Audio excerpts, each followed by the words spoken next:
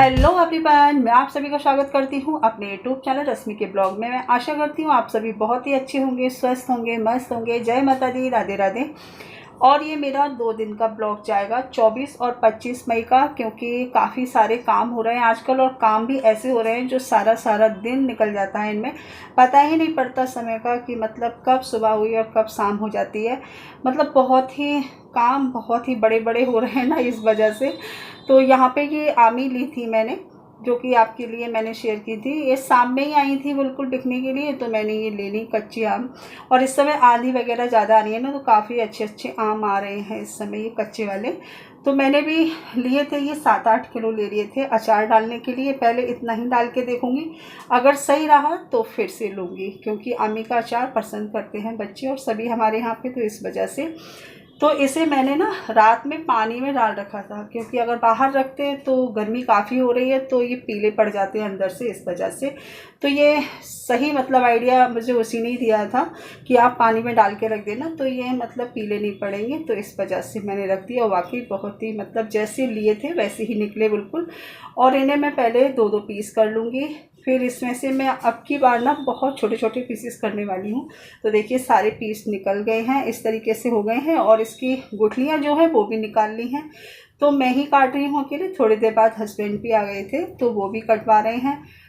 और बच्चे भी यहाँ पर बैठे हुए हैं, क्योंकि गर्मी काफ़ी हो रही है तो इस वजह से यहाँ पे ही पंखा चल रहा था, तो यहीं पे बातें हो रही हैं। चाय वगैरह भी बनाई थी, वो भी पियेंगे साथ के साथ। तो ये सारा काम होने के बाद फिर मैं आ गई हूँ यहाँ पे। ये चराना होता है आम के लिए, अचार जो डालते हैं ना हम, तो इसमें हल्दी भी डाल सकते हैं आप, लेकिन मैं हल्दी नहीं डालती, केवल नमक डालती हूँ। और ये बाल्टी है मेरे पास, तो मैं इसी में चला दूँगी। इसमें नमक डालना होता है, तो मैं थोड़ा थोड़ा करके डाल रही हूँ, क्योंकि सब में एक जैसा हो जाए। क्योंकि मैं इतना उठा के इसे इस तरीके से नहीं कर पाऊँगी, चला नहीं पाऊँगी, तो इस वजह से मैं थोड़ी थोड़ी आमी और फिर उसके ऊपर से मतलब नमक लगा के रख देती हूँ रात भर के लिए। और इसे बीच बीच में ना हमें 2-3 बार हिलाना होता है, जिससे कि नमक जो है ना डालने से इनका पानी जो है वो निकल जाता है, खट्टापन कम हो जाता है और थोड़ा सही हो जाता है, मतलब गल भी जाता है जल्दी। तो इस वजह से थोड़ा ही डालें, ज़्यादा नहीं। तो यहाँ पे देखिए ये मैं इसे ढक्कन से लगा के इसे बाल्टी के लिए रख देती हूँ। और उसके बाद काफ़ी मतलब आपके लिए लग रहा होगा देखने में ज़रा सी देर लगी, लेकिन काफ़ी अच्छा खासा समय गया था इसमें। और अभी मैं नहाई नहीं थी, क्योंकि मॉर्निंग में सबसे पहले मैंने यही काम किया था, क्योंकि इस समय गर्मी थोड़ी कम थी इस वजह से। और झाड़ू पोछा भी करना था, तो फिर सारे में फैल जाता, तो अब मैंने बाद में ही झाड़ू पोछा किया सारा। उसके बाद ये कपड़े थे कुछ इनके, ये भी मैं निकाल देती हूँ, क्योंकि अभी लाइट वगैरह का ऐसा ही चल रहा है। तो अभी लाइट भी आ रही थी और पानी भी अच्छा खासा मतलब आ रहा था, तो मैंने यहाँ पे कपड़े भी फूलने के लिए डाल दिए, जो कि मैं यहाँ पे ये भी धो दूँगी। और ये हो चुका है हमारा नेक्स्ट डे। तो यहाँ पे मैंने दोपहर के खाने में बनाई है लौकी और अरहर की दाल डाल के। इसमें मतलब बहुत ही अच्छा मतलब टेस्ट लगता है इसका, इस तरीके से डालते हैं।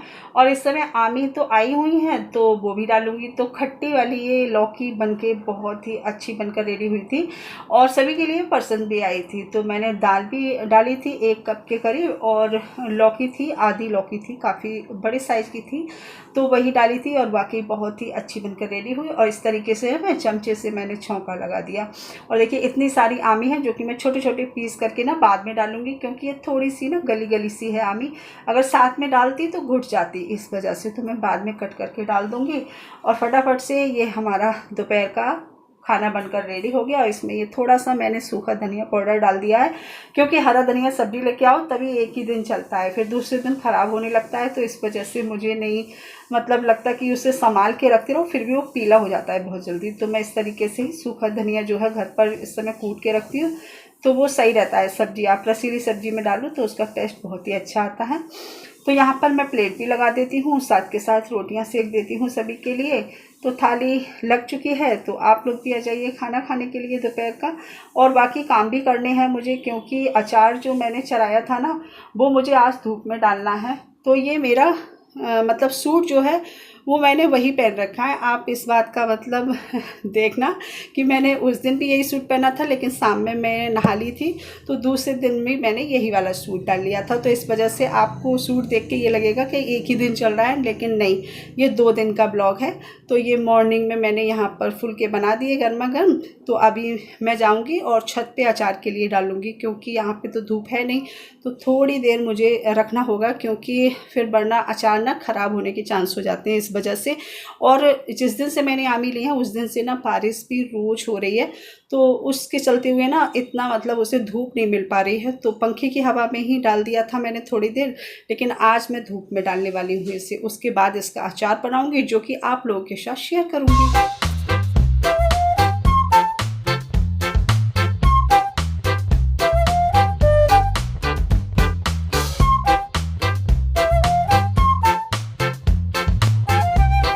तो यहाँ पे मैंने छत पे अचार डाल दिया है। देखिए मैं यहाँ जीने में बैठी हुई हूँ अकेले ही, और बहुत ही ज़्यादा मतलब बोर हो रही थी, तो काफ़ी समय लगा इसे। मतलब हवा भी अच्छी चल रही थी और गर्मी भी काफ़ी अच्छी वाली थी, तो लेकिन ये अच्छे से हो गया, काफ़ी सूख गया जितना मुझे चाहिए था।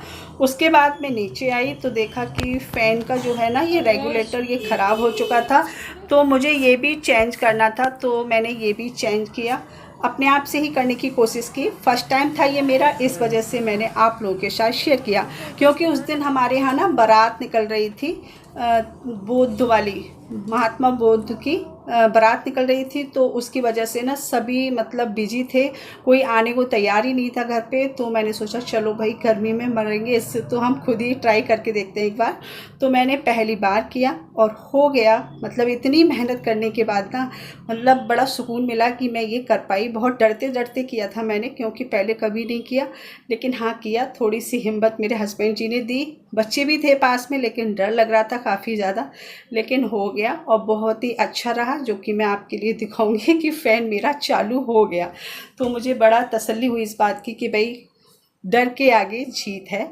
तो अगर आप मेरा ब्लॉग कहीं से भी देख रहे हो तो प्लीज़ एक प्यारा सा कमेंट कीजिए। अगर आप मेरा ब्लॉग पहली बार देख रहे हैं तो प्लीज़ सब्सक्राइब करें। मिलती हूँ आपसे बहुत ही प्यारे से अच्छे से ब्लॉग के साथ, तब तक के लिए बाय बाय।